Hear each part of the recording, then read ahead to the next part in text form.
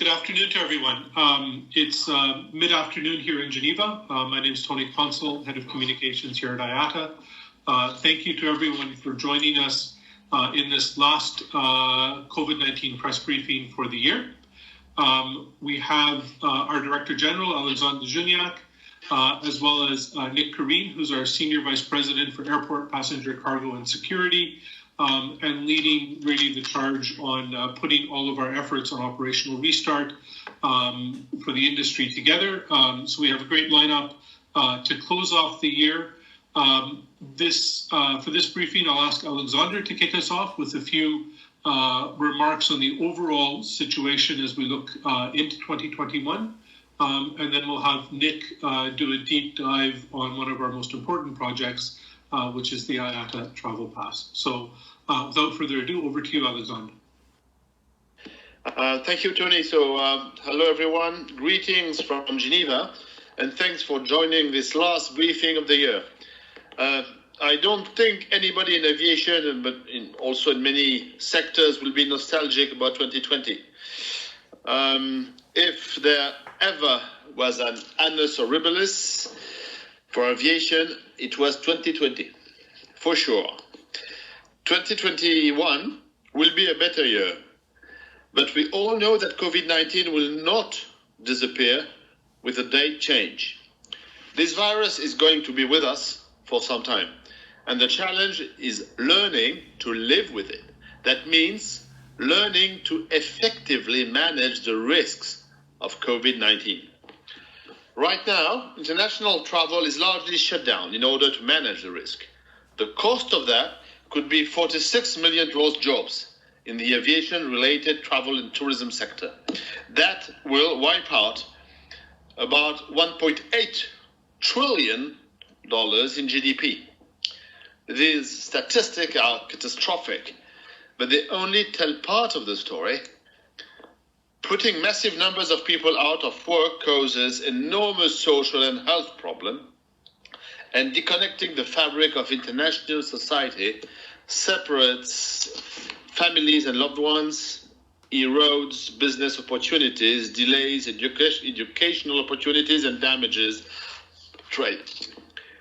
We also cannot afford to wait for vaccines to cover the population before reviving international travel. So let me highlight 4 key areas that are at the top of our agenda for reconnecting the world from an operational perspective.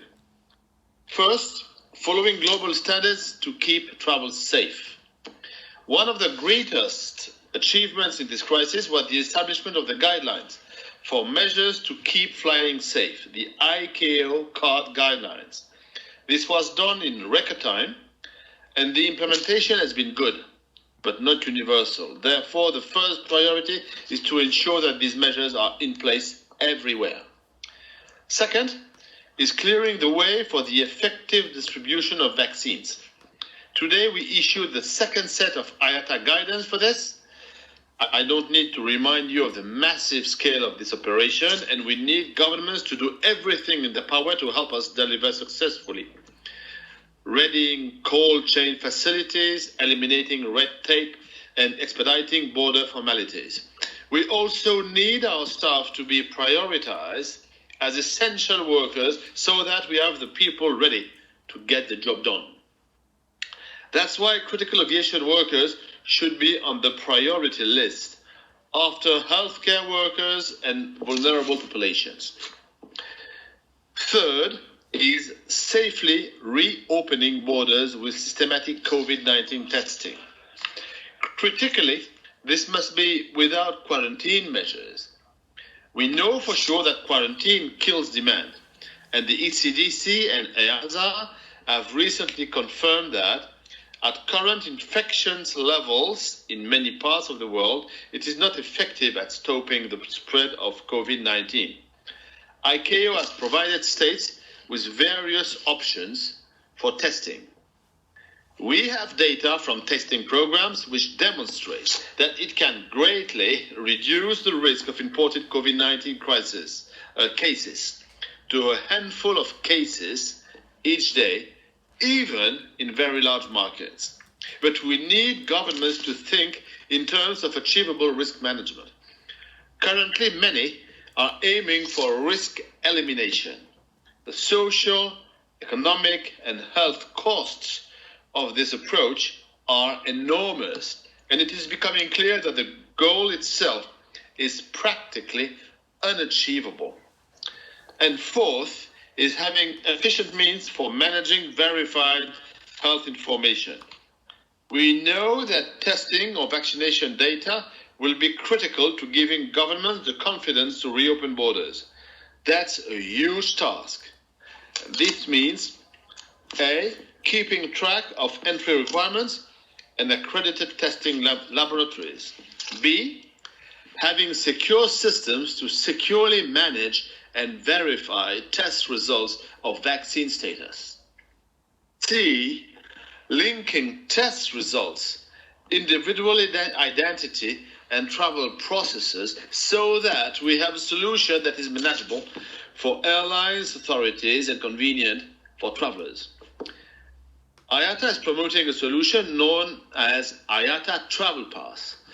Others have their own solution, but we do not see this as a competition. Our aim is to have a cost-effective, easy-to-use, efficient, and secure system for this important task. With IATA's experience in global standards and industry solutions like thematic, we have a very credible offer that will be in the market in the first quarter of 2021. But our work is open source and modular, and that means we can support any solution that will help get borders open. The IATA Travel Pass is our top priority. It is as important as the work that IATA did on e-ticketing a decade or so ago. I'm pleased to introduce Nick Careen, our SVP for Airport, Passenger, Cargo and Security, who is leading this project.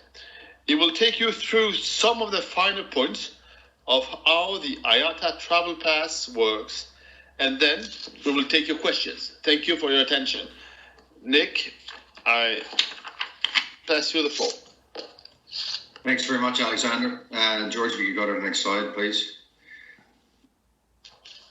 So, as mentioned, I'll take you through some of the finer points of the Travel Pass. Some of you would be very familiar with it already, as we've done some the media day on it, and also some number of releases subsequent to that.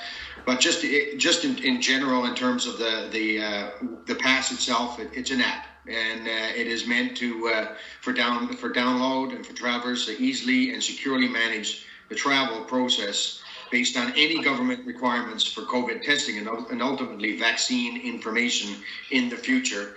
And without it, as we know, how ugly this will be without something in this space as we begin to restart the industry into 2021. And the next slide, please.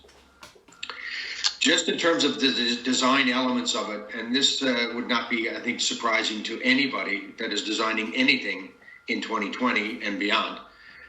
Certain elements are a must. So in this case, for us, travelers are always in control of their personal information, ensuring top-level data security and top-level data privacy. We do that with every project that we do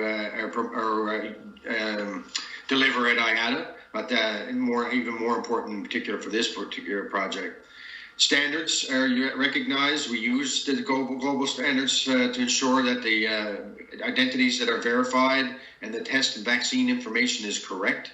And that has to be a must. So we will leverage existing global standards, but also future global standards. I will talk about that a little bit, all three of these a little bit in the next coming slides. And then lastly, in terms of the integration of the contactless travel processes and the benefits that would bring in terms of enhancing the biosafety processes, but also in creating greater efficiency in the passenger process itself. The next slide. So just a little bit in terms of the data privacy and security for passengers, to expand on that point, because it's been, we've received a number of questions to this in the many presentations that we've provided. So I think first and foremost, passengers are in control of their own data. There is no data sent to an airline or government without the explicit and informed consent from the passengers. There is no data stored centrally. Passengers' personal data is stored and encrypted on their phone alone. This data is not managed or essentially by IATA or any other organization. The data shared is minimized. Only the required data elements to perform a specific process, as an example, last name, is shared for any transaction, and the traveler is is informed of any of these elements. All legal requirements are met.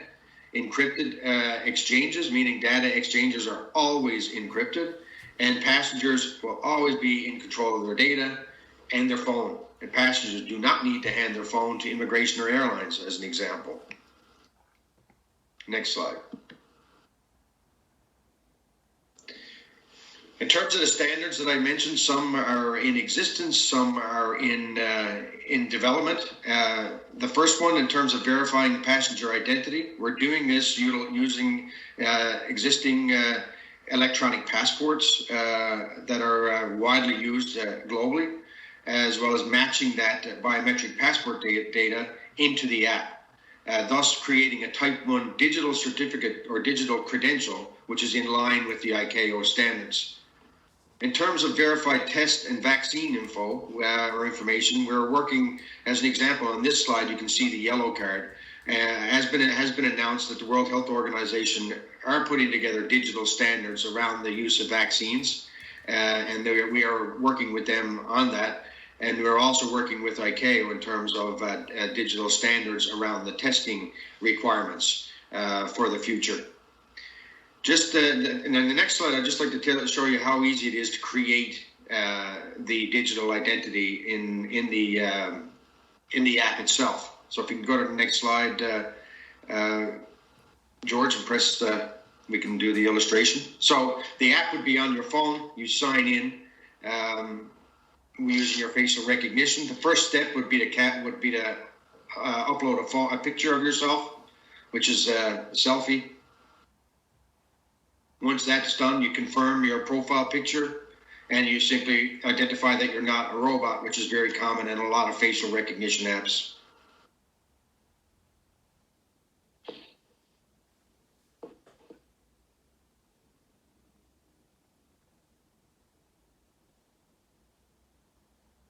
Once verified, your next step is to link that with your digital passport, which simply is to scan the 2 lines of data on your passport through your phone. Let's scan this, upload it, which usually takes a few seconds, and now your digital travel credential has been created, and you're ready to go. It is that simple.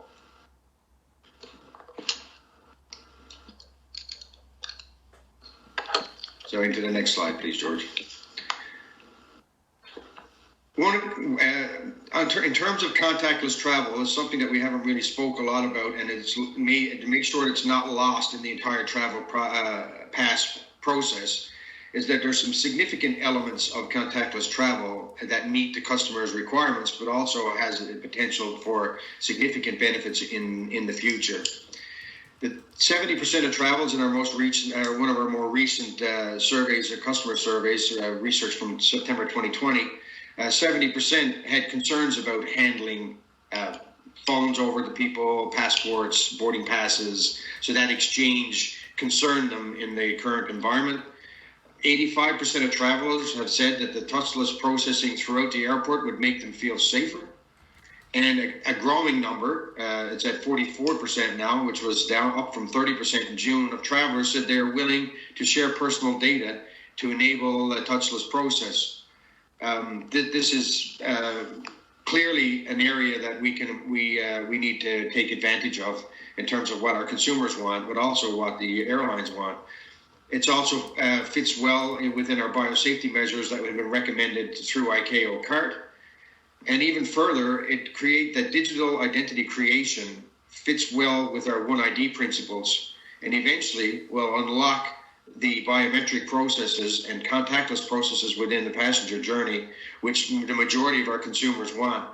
And the benefits to the airline are immense in terms of boarding and check-in, as well as security checkpoints, etc. Next slide. So just as a reminder in terms of the travel pass itself and what it is all about, I mean, it is very simple and modular in 4 distinct areas. It would have one, which is the Registry of Health and Requirements. This is critical, and it's powered by Thematic, which is currently used by close to 800, in a normal year, close to 800 million passengers a day to verify their passport and visa requirements. Extending this to health requirements is not a big stretch, but it will enable passengers to find out the information they need, where to travel, where to test, what the vaccine requirements would be prior to their journey. Without that information, it's rather cumbersome, and for those that are traveling, can illustrate that easily today. Also, would we require a registry of testing and vaccination centers that are approved, so that this can fit into the process, which would be verified by IATA and embedded into the processes, so that customers are going to the right places that are verified and approved. A lab app is required, which would enable the sharing of the lab results to the securely sent to the consumer through the contactless app or the travel app itself. And these certificates would be what the traveler would use then to allow for boarding in the process, or for checking in, etc.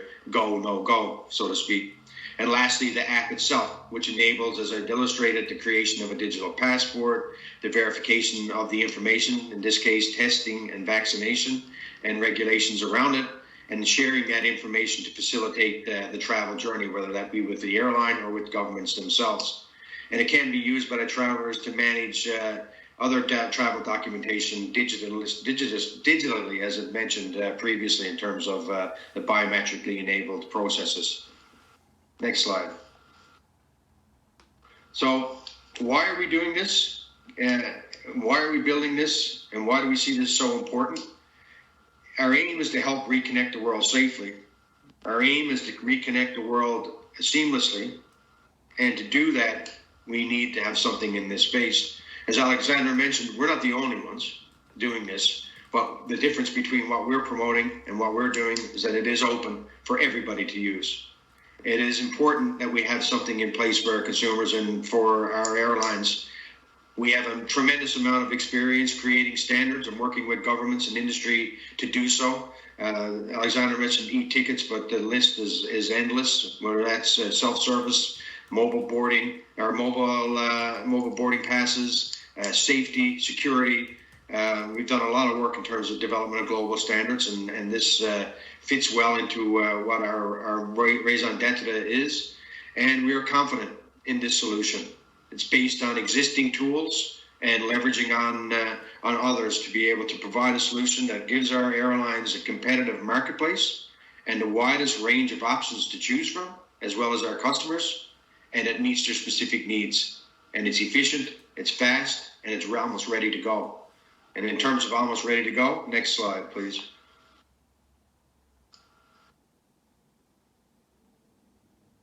So in terms of our timeline, the majority, I would say, we're close to the finish line, but we're not quite there.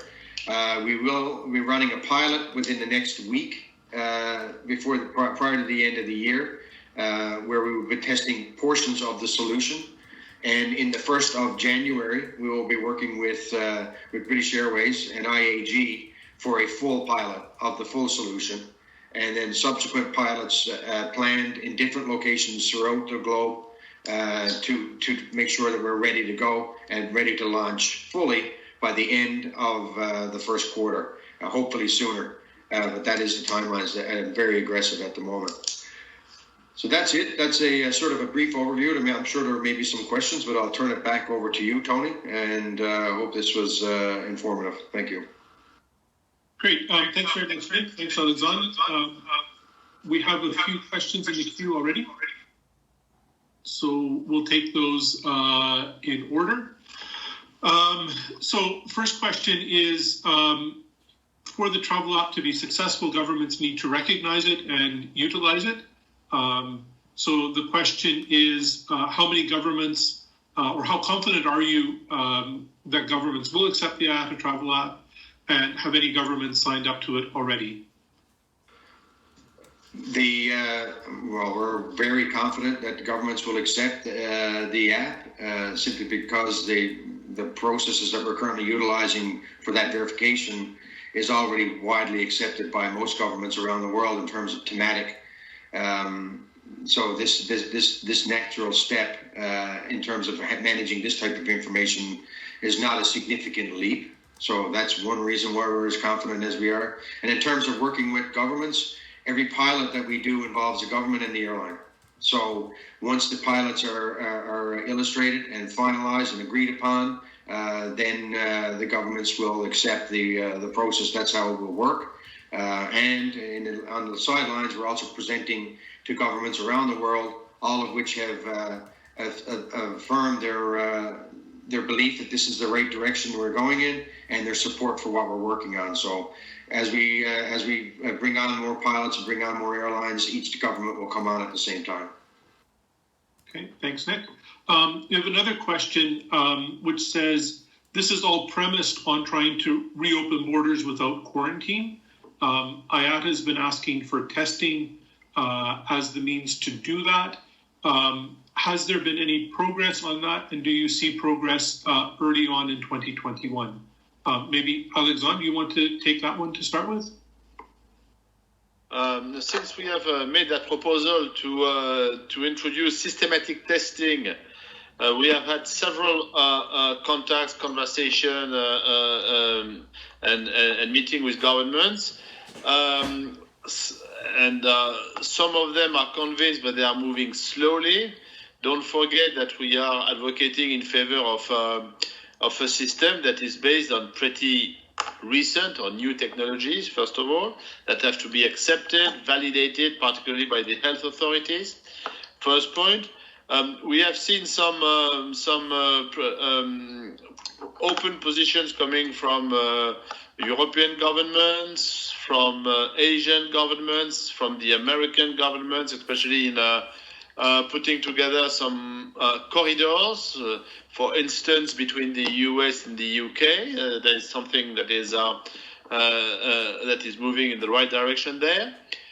In addition to that, ICAO has published, the guidelines for testing that shows that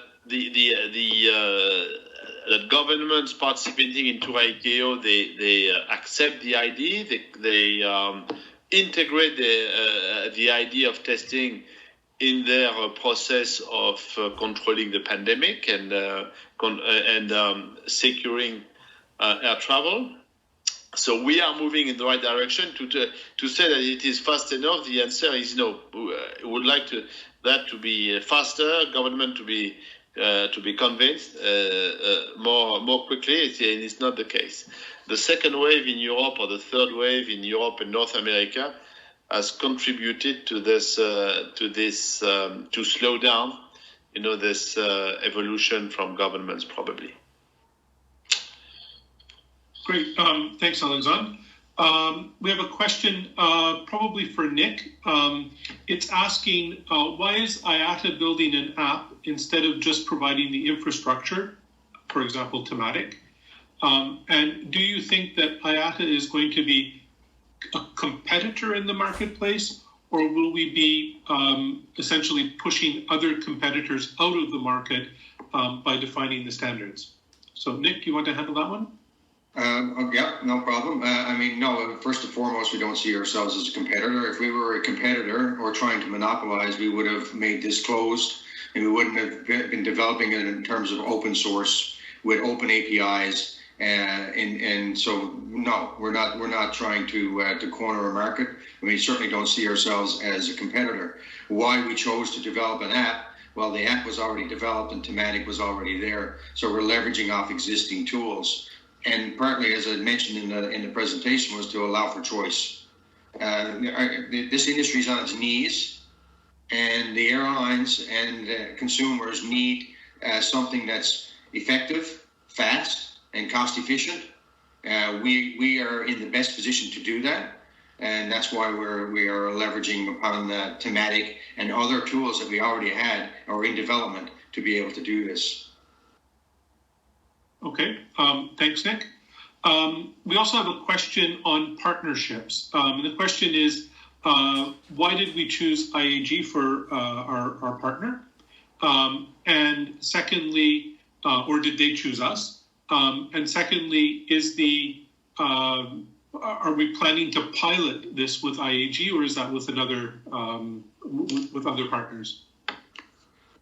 We've been working with IAG on a number of areas around contactless travel, and so it was a natural fit that we would progress this once we came to the conclusion that we should expand the contactless app as well as thematic into something that we've called the Travel Pass. So that's why we are working with IAG specifically, and the pilot planned with them is with British Airways, and the routes that we're choosing we're not in a position to communicate yet. There are other partners though as well, which we have not announced, and we're not going to announce until we're at a position where we can do so. So it's not just IAG, but in the case of that example, we chose each other, and they're a great partner and a great example, and an international airline to help us be able to illustrate the benefits of this, and also for us to learn from the pilot and build on Okay, it. thanks. We have another question asking about how we see Travel Pass existing with other apps that are in the same space. And specifically, do we anticipate airlines handling or using multiple apps, or governments accepting multiple apps, or how do we see this eventually settling in terms of the consumer experience? Do they get to choose? Does the airline choose? Does the government choose? Well, I think the answer is primarily the airlines and the governments will choose in the end. And more than likely, probably the airlines more than the governments, as long as the information that's being shared is standard and is recognizable. And from, as an example, in terms of testing, validation, and or vaccinations, would be coming from a reputable source, i.e. a location that they've endorsed. So in terms of what it would mean to the consumer, right now, if an airline is using Sabre or Amadeus or Travel Sky or you name it, it's seamless to them. What's been worked in the background, and this will be no different. Whether an airline chooses to use one of the other solutions out there or our own, and eventually it will be embedded into the airline's travel apps themselves, and will be completely seamless. It will just simply be something that's working in the background. So as a consumer today, if you book on British Airways, you're going to download their app. And if you're flying with Air Canada, you're going to download their app. This would be no different. But the power, what's working in the background will be seamless. It may take some time, but that's where we will end up. Okay, thanks, Nick. And just for clarification, is that how you see the other competitors in this, or the other apps in this space working as well, or is that a unique approach by IATA? I think it's us taking the approach we're taking is unique. We are not trying to corner the market. We are not trying to take over the entire space. We want it to be a collaborative environment where there is choice for the airlines and the governments to utilize. So yeah, we are unique in our approach. Okay, great. Thanks very much. We have a question, switching topics just a little bit, asking about vaccine transportation, something that's been in the news a lot over the last few days. The question is, IATA has produced standards, but how ready are the airlines to fly the vaccine? And secondly, are there any hurdles that airlines need to, or the industry needs to get over in order to be able to fly the vaccine efficiently? Well, if you want me to jump in, and Alexandre can... So, we provided guidance. We're on the second version of the guidance now. That guidance is in conjunction with a number of regulators and contributors around the world. The challenges, are airlines ready? I guess the space is there. Some of the challenges around the cold chain management of it has provided some challenges for passenger airlines to get over, which is why you're seeing most of the cargo carriers at the moment carrying the vaccines. However, we've made progress with regulators in terms of dry ice and the amount of dry ice that can be utilized in the cargo hold to mobilize the vaccine and to move it around. And at the moment, there's been no significant roadblocks that have been identified. The biggest one was the dry ice and the cold chain, which seems to be in hand at the moment. And we have not seen any big flags being raised in terms of government standing in the way of the supply chain at the moment, which is not surprising given the desire for it to for governments around the world to receive it. So at the moment, no significant flags being raised, although we're in the early days. But we're standing by and watching every bit of it and making sure that we're responsive as much as possible when and if something does go awry. Great, thanks, Nick. Maybe a question for Alexandre. And the question is, looking ahead, do you envisage that testing is what's going to reopen borders, or do you think eventually it will have to be the vaccine that will do that? And with respect to the vaccine, how significant a challenge do you think the anti-vaccination movement is in the potential for borders to reopen? What we can anticipate now, when we look at the distribution schedule of the vaccine and the production ramp up, is that the reopening of the borders will be probably based on a mix of vaccine plus testing, because it goes along. It is the only guarantee that you can bring that people on board are not infected, or that the risk that they are infected is below a certain threshold, is to test everybody. Otherwise, you don't have a very relevant and serious basis to explain that the passengers you are receiving have effectively a chance of being or risk of being infected, which is below a certain threshold, which is the basis of this risk-based approach. First of all, so it will be a combination of vaccination and testing. The second point was are the airline ready? More the anti-vax movement. Do you think that? Yeah. But the fact that in many countries you have a very strong anti-vaccination movement or opinions, it shows that a part of the population will not accept to be vaccinated. So if they want to travel, the only way to guarantee that they are not transporting the virus is to test them. So again, it is something that goes in the direction of combining vaccination and testing to ensure that flying is safe. Great, thanks, Alexandre.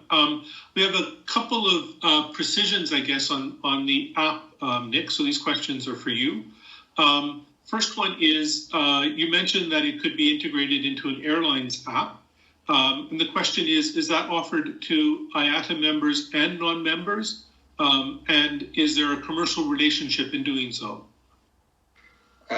No commercial relationship required to do so. And we don't do that with Thematic today, as I mentioned earlier, which processes close to 800 million in a normal environment. So no, that would not be a commercial arrangement in that regard. And in terms of being available for IATA members or non-IATA members, it would be available to anyone who wants to use it. Right. Okay. Just to be clear, though, Nick, if someone's using Thematic, that is a commercial product. Thematic itself is a transactional-based product. Yes. Yeah. Right. Okay. So, second question is, how does the lab data part of the app work? You explained how how digital identity is created, but how do you securely get the data from the test result into the app? I'm not I'm an airline guy, not a techie, so I apologize for the rudimentary response to that. But ultimately, is we won't be the lab, the individual laboratory, as an example, will be creating a certificate, whether that's a QR code or a PDF file that says that identifies the requirements of your test or your vaccination. That would be sent from the lab to you to input into, to accept in your contactless app. So that information would come from the lab to you. Right. And there would be some protocol to verify that the identity of, that your identity matches the identity of the app you're using. Well, that would be done from your downloading of the app and confirming that it's you and linking it to your passport information. So that's where the credentials and verification comes in. And Thematic would be verifying the location that has inputted the information, i.e. the lab, and then that would verify that it's actually an acceptable location. So there's a lot of interrogation required using Thematic to make sure that all the information is secure, but also that all the information is correct. Yeah, and then I suppose, Nick, we could also say that the lab industry itself is used to dealing with hundreds of thousands of test results and matching them to people's identities, so they're relatively experienced in that space as well. We've decided not to develop a lab app per se for that reason and alone. We were told by most major lab companies around the world that don't invent something that's already invented, and that is the case. Okay. We have another question, also of precision, asking what happens to passengers who are not so tech savvy and do not have a smartphone. What's the solution for them? Just like every other solution that airlines have, and that's the case today and always will be. Not everybody uses mobile boarding, and not everybody uses even the kiosks for that matter, which is why traditional check-in and all those things still exist.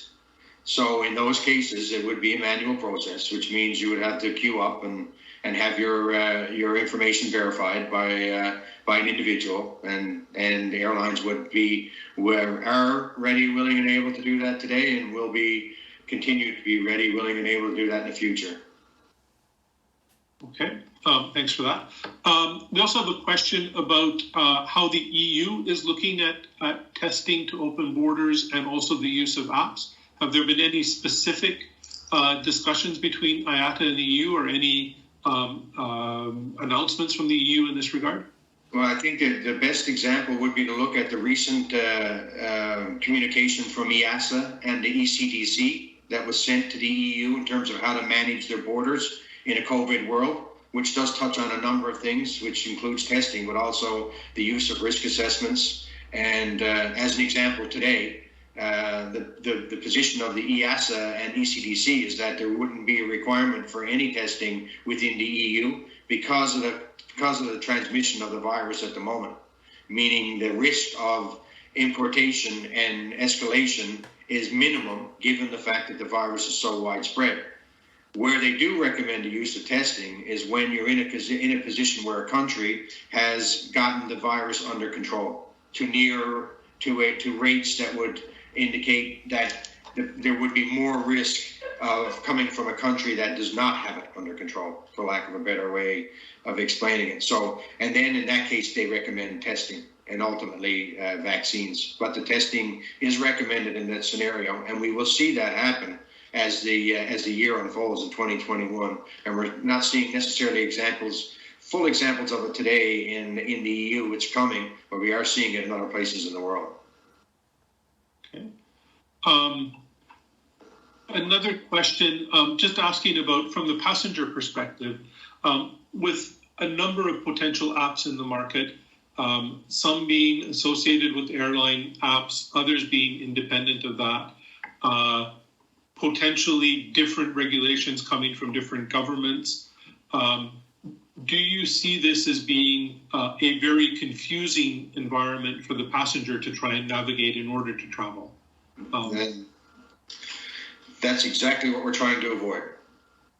which is why we are in the middle of it. Because if we didn't insert ourselves, how that question was described is exactly where we would end up.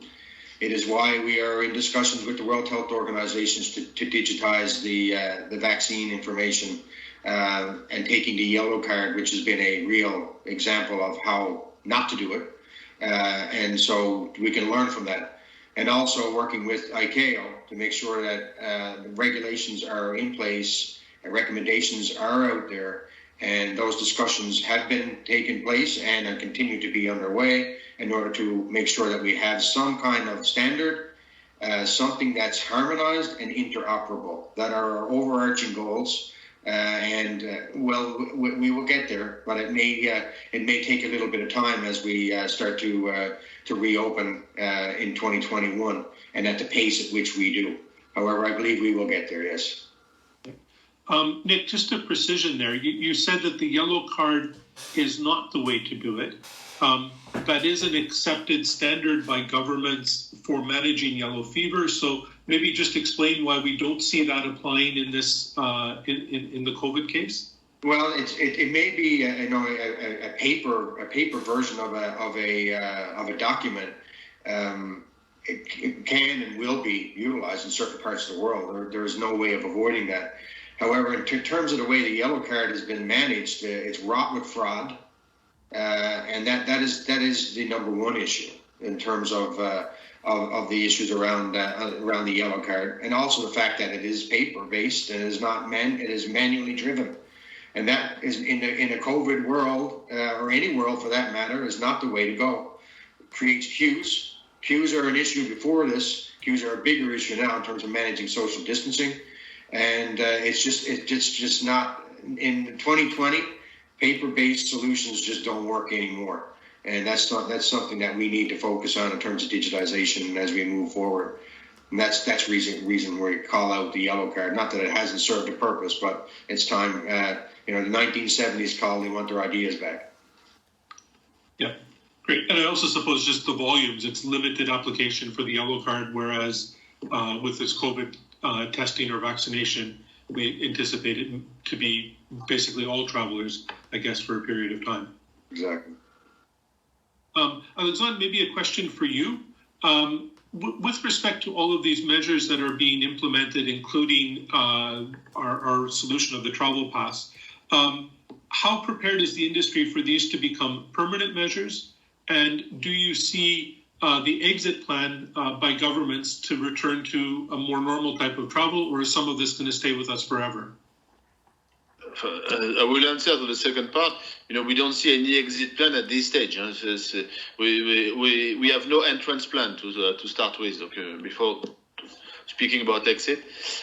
Second point, these measures have been designed from the beginning, and it has been true when we have worked within ICAO as temporary measures. But they will have to last as long as governments and health authority consider that there is a risk of transmission or of the COVID-19 virus. But when this risk will be considered as disappearing or low enough or not dangerous enough, these measures they should disappear as well. They are temporary again. Okay. But Tony, I'm sorry to interrupt, but just to expand on that, because we've been asked that question quite a few times as we present on the restart to governments around the world. And one thing that I think is really important for the industry to maintain, and I know Alexandre has made that clear to us as well, that while these measures need to be pulled back, what we do need to ensure that in the future, should something happen, we can turn these things on again. And so that means through our auditing processes and through making sure that if and when this does happen again, that we are in a position that prevents this monumental destruction of our industry by having these very processes in place and having the ability to turn them back on as needed. Okay. Thanks, Nick. Also, just in that light, while we say these measures we would like them to be rescinded as that becomes possible. I suppose part of us also wants things like contactless travel to continue, and we see that as being maybe a silver lining to the crisis in some ways. Well, this is an enabler for biometric processes. We're doing it haphazardly at the moment. Some governments are embracing it, some are not. This eventually is the silver lining.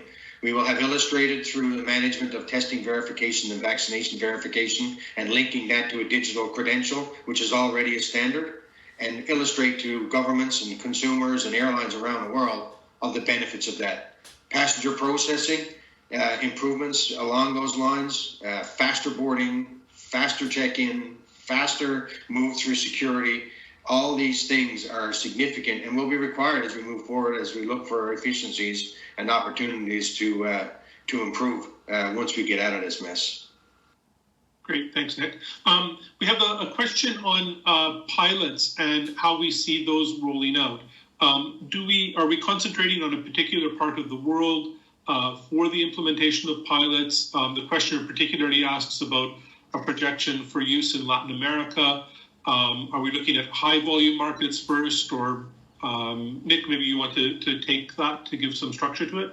Yeah, we are selecting carefully from every region in the world, actually, for the purpose of high density markets, low density markets, more advanced technological markets, less advanced technological markets.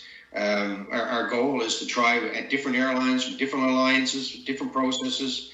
It is not just a one size fits all. It's we really want to test this thing with the airlines that are interested in the regions and all the regions around the world, to make sure that we've taken all of the different things into consideration, because we know that while we get version 1 out there, while we're doing that, we'll be quickly working on version 2.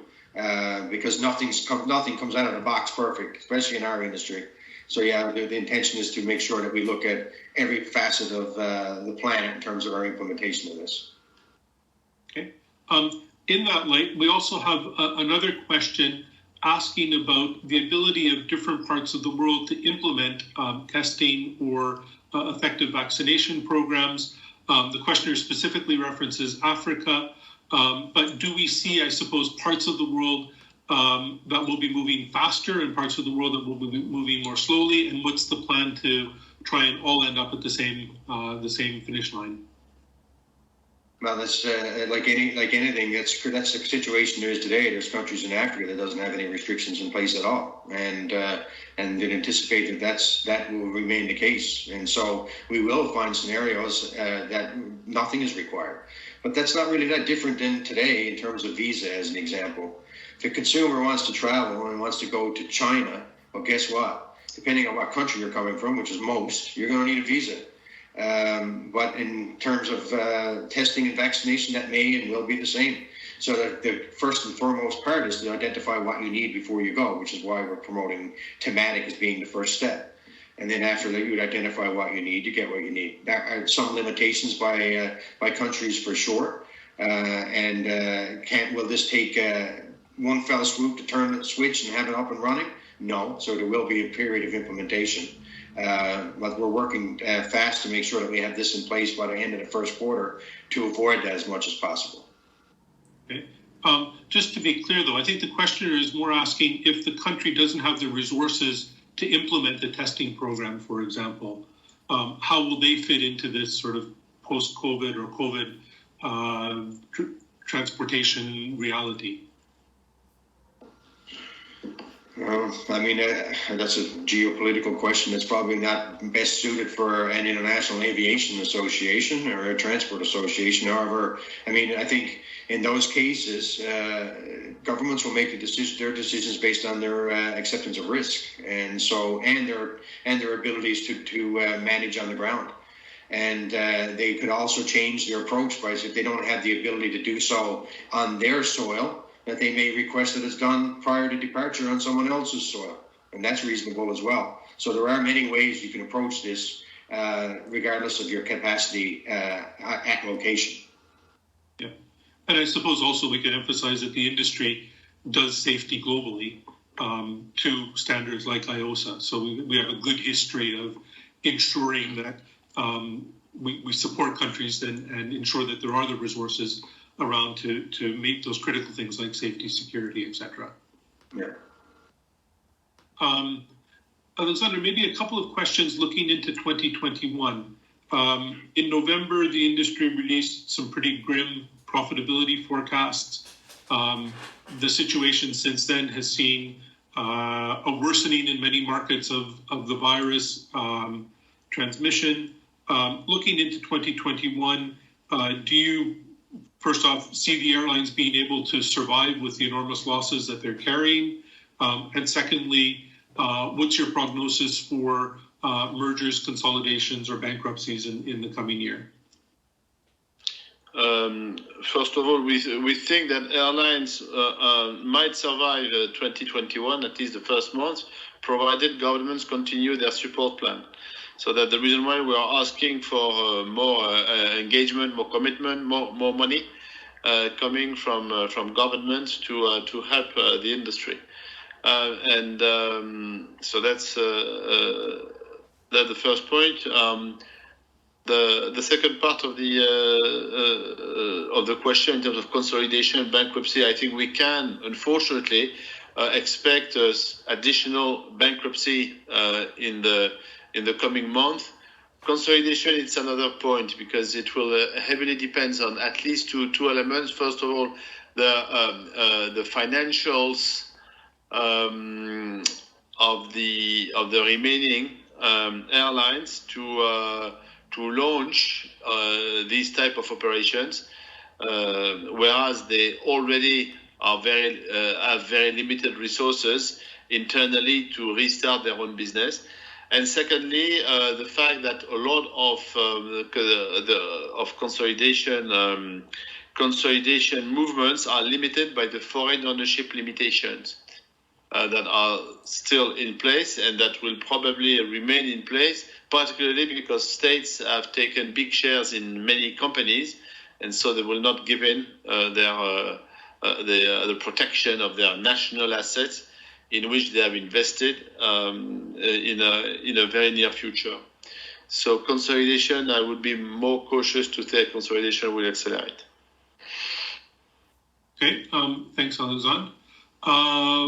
We have another question asking about the situation in China. Apparently, the Civil Aviation Authority of China has implemented tougher circuit breakers for international flights in recent days. Is IATA concerned about this, I guess, fragmentation of the way that governments are dealing with international aviation?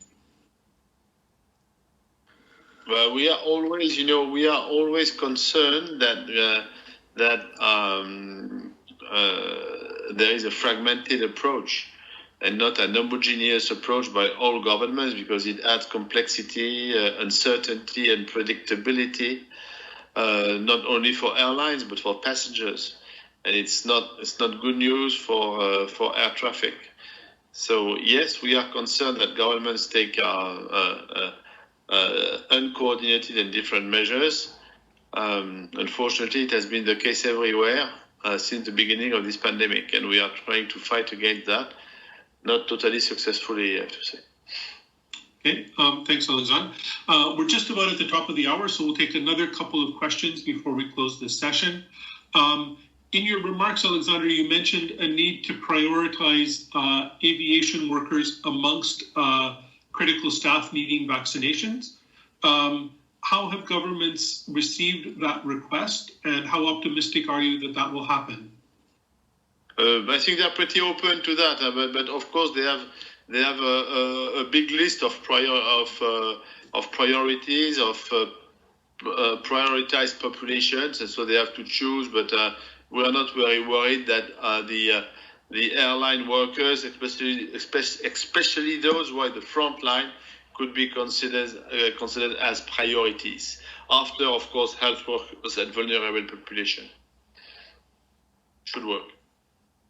Okay, thanks, Alexandre. And then the last question, just looking ahead and recognizing we're at the end of a very difficult year, if we are sitting here next year at this time and doing a press conference, what will we be talking about, and how optimistic are you about the industry's recovery in 2021? But if it's at the same period, so December 2021, even if it will not be, I will not be there personally, but I think that the discussion should be focusing on the speed of recovery, because after 1 year, normally vaccination should be pretty widely spread all over the world. Borders should be reopened significantly, and so the speed or the slope of the recovery should be the main issue to be discussed. Super. Thank you. We have a couple of minutes left. Alexandre, did you have any last thoughts you wanted to share with the journalists who have been covering us so faithfully over the course of this year? No, I would like to thank them for their fidelity, for their trust. We try to provide you with the best information, the most accurate, independent, and solid. You have seen that IATA has played a key role to help this industry to restart, to give to this industry all the instruments or the necessary tool to restart effectively and efficiently.